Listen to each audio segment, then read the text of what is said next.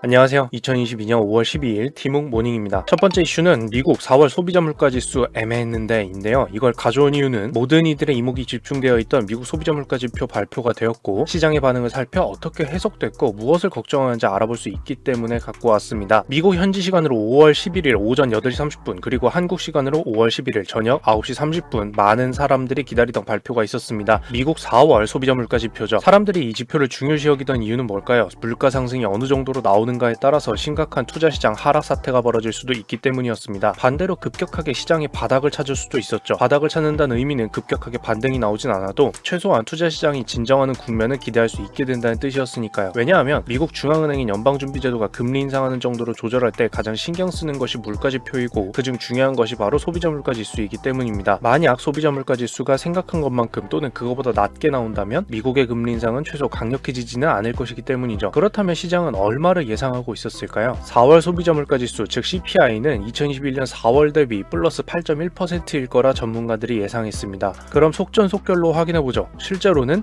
플러스 8.3%로 발표가 되었죠. 이거 예상보다 높게 나왔으니 망한 거 아닌가 싶긴 하면서도 잘은 몰라도 상대적으로 높은 수준이 애매한데 플러스 0.2%포인트 정도 높은 건데 이게 그렇게까지 예상보다 많이 높게 나온 건가 싶죠. 그럼 다른 거 하나랑 더 비교를 해봅시다. 지난달에 발표한 미국 3월 CPI에 비교하면 어떨까요? 3월에 작년 대비 CPI는 플러스 8.5%였습니다.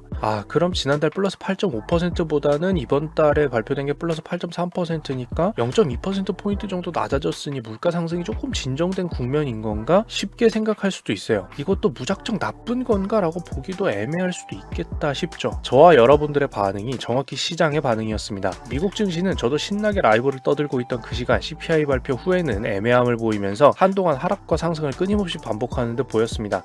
다만 발표 직후에는 하락을 보였었던 것이고 국채금리도 상승세를 보였었죠. 참고로 국채금리 상승은 지금 다들 그러지 않았으면 좋겠다라고 말하는 방향성이에요. 어쨌든 그 이후 주식 싸게 사야지 하면서 매수가 들어왔다가 주가가 갈팡질팡 했던 걸로 보였는데 결과적으로는 미국 나스닥 시장을 예시로 보면 마이너스 3.18% 하락으로 끝났습니다. 폭락이었죠. 미국의 금리 인상이 이전에 더 강력해지지 못했던 것이 물가 상승을 못 잡게 만든 독이었다고 판단할 가능성, 즉 앞으로는 이걸 반성하고 금리 인상과 매파적 경향이 더 강해질 수도 있다는 분위기가 지배적이 된 것이었죠. 관련된 예시로는 2022년 하반기까지 물가 상승이 충분히 진정되지 않을 경우 더 강력한 금리 인상이 있을 수 있다는 얘기가, 즉 자이언트 스텝 플러스 0.75%포인트 상승도 가시권에 있다는 얘기가 CPI 발표 전에 연방준비제도 내에서도 나왔었어요. 요약하자면 발표된 소비자 물가지수는 분명 애매한 해석의 여지가 있었고 시장도 그렇게 생각하는 듯 보였으나 예상보다는 확실히 높게 나왔다는 것에 무게를 두고 물가 상승의 공포가 지워지지 않아 시장이 더욱 긴축될 가능성에 반응한 것으로 보입니다. 더불어 투자시장에서 한창 대세 하락기에 이 정도 반등 나왔으면 탈출해야겠다 실질적 판단도 겹친 것도 있었겠죠. 연 이틀 상승 뒤에 하락이었으니까요. 참 쉽지 않죠.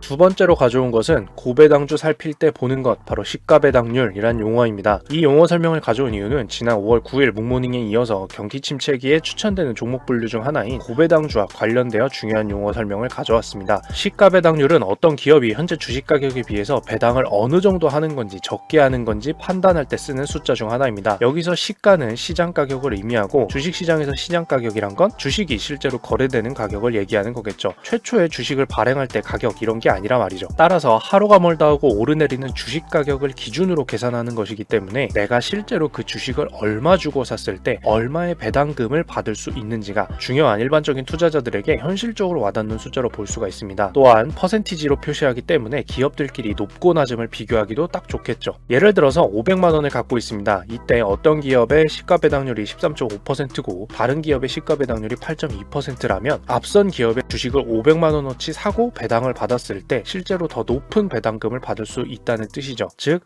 500만 원에 13.5%를 받을 수 있다는 거예요. 그런데 앞서 얘기한 것처럼 시가라는 건 주식시장이 열리는 날이면 항상 움직입니다. 그럼 매일같이 새로 계산을 하는 걸까요? 그렇지 않아요. 기업이 배당금을 얼마 줄 것이다 라고 공개적으로 확정짓는 공시라는 걸 할 때 한 가지를 더 알려줍니다. 바로 배당 기준일이죠. 이 배당 기준일 날 우리 기업 주식을 갖고 계신 분들에게 배당금을 나눠드립니다 라고 알려줍니다. 한국의 경우 보통은 12월 31일이에요. 하지만 항상 확인을 해봐야겠죠? 그래서 시가 배당률의 계산은 배당금 나누기 주식을 갖고 있어야 하는 그 배당 기준일자의 주식 가격을 하면 나오게 되는 거죠. 여기다 마무리로 보기 편하게 퍼센티지로 보기 위해서 100을 곱해주시면 몇 퍼센트인지가 나오는 겁니다. 예를 들어서 배당 기준일의 주가가 10,000원이었고 배당금이 500원이라면 500원 나누기 10,000 0.05 거기다 곱하기 100을 해서 5% 이렇게 해서 나오는 거예요. 내가 배당 기준일에 10,000원짜리 주식을 새로 샀고 그리고 나서 나는 이 주식을 10,000원일 때 팔았고 배당금만 500원이 딱 떨어졌다. 이렇게 되면은 나는 10,000원에 대해서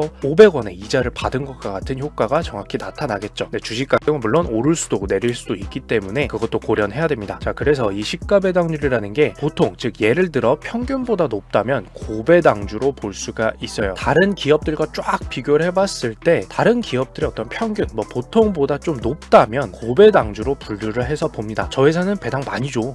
저 회사는 주식을 갖고 있으면 나한테 자꾸 현금을 줘. 이자처럼 줘. 매년. 이렇게 보는 거예요. 자, 여기서 한 가지 더 포인트. 들으면서 알았을 수도 있겠지만 배당금과 배당 기준일이 언제인지는 공시를 통해서 알려집니다. 그리고 시가 배당률은 그날 만약 당일이 휴일이면 그 전 영업일이 돼봐야 주식 가격을 알 수 있기 때문에 이 시가 배당률이라는 거는 앞으로 내가 받을 돈을 미리 계산할 수가 없는 거예요. 그렇다면 이 시가 배당률이 대체 뭔 소용일까요? 당연히 과거 이력을 살피는 용입니다. A라는 기업이 그동안 시가 배당률이 꾸준히 나쁘지 않았다. 그렇다면 내가 주식을 어차피 장기 투자할 거기도 한데 이렇게 내가 투자한 돈 대비 배당금 많이 주는 기업으로 투자해야겠다라는 걸 선택할 때 보는 용도죠. 그럼 이 정보, 자료 막 찾아보기 힘들까요? 막 이런 유튜브 하는 사람 정도는 돼야 알아볼 수 있는 걸까요? 그렇지 않죠. 한국은 IT 강국이죠. 한국예탁결제원 KSD에서 운영하는 세이브로라는 증권 정보 포털에 배당 정보 탭에서 순위 기준으로까지 제공하고 있고 시가 배당률 기준으로도 볼 수가 있습니다.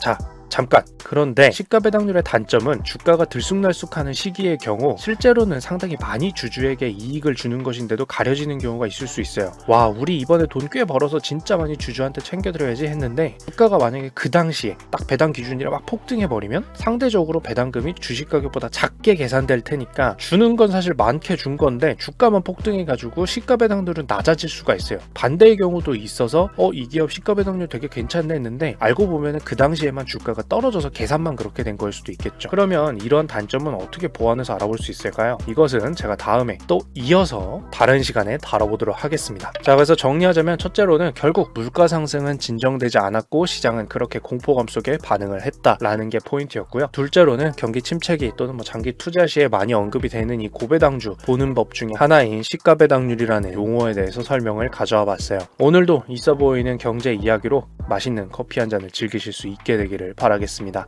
시장 힘들지만요. 이상 티모기였습니다.